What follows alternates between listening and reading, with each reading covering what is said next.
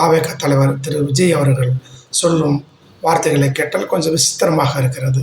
ஏனென்றால் உழைக்காமல் முன்னேறணும், எந்த கஷ்டமும் இல்லாமல் எவனா வீடு கட்டி வைக்கிறதுல தான் குடியேறிடணும், எவனா கிணறு விட்டுறான்னா அதில் போய் தண்ணி அரைச்சி குடிக்கணும். இப்படிப்பட்ட ஒரு மனோபாவம் உடையவர் அவர். தான் கிணறு வெட்டுறதுக்கு வரமாட்டார், தான் வீடு கட்டுறதுலேயும் பங்கெடுத்துக்க மாட்டார், 10 பைசா உதவி செய்ய மாட்டார். அப்படி தமிழ்நாட்டு வளர்ச்சிக்கு எந்த உதவியும் செய்யாத ஒரு நபர் திரு விஜய்.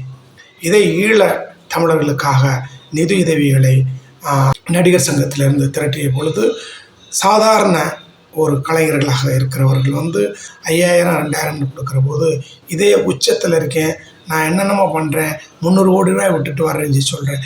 இதே விஜய் அன்னைக்கு வெறும் 500 ரூபாய் தான் கொடுத்தாரு. அதெல்லாம் இன்றைக்கி இருக்கிற ஒரு ரசிகர்களுக்கும் அவருக்கு பின்னால் போகணும்னு நினைக்கிற ஒரு அறியாமையில் இருக்கிற சகோதரிமார்களும் அதை தெரிஞ்சுக்கணும். ஏன்னா விஜய் அவ்வளவு நல்லவர் இல்லைங்கிறத நீங்கள் புரிஞ்சுக்கணும். ஏன்னா 10 பைசா மக்களுக்காக இழக்க மாட்டார், செலவு செய்ய மாட்டார். எதில் நீங்கள் புரிஞ்சுக்கணும்.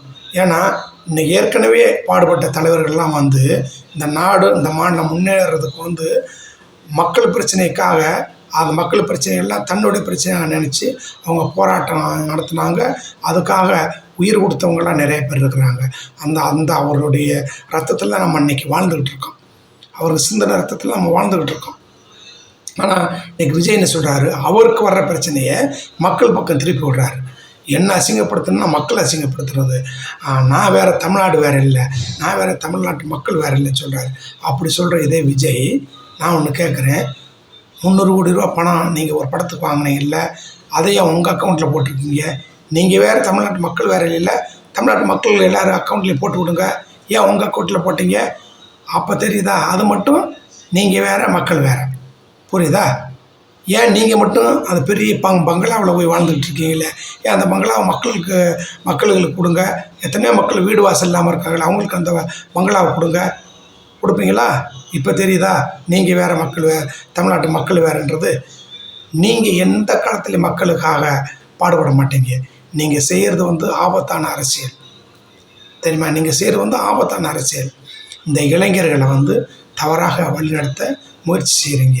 இதே மாதிரி தான் முன்னால் ஹிட்லர் பண்ணார், அதை நீங்கள் செய்கிறீங்க.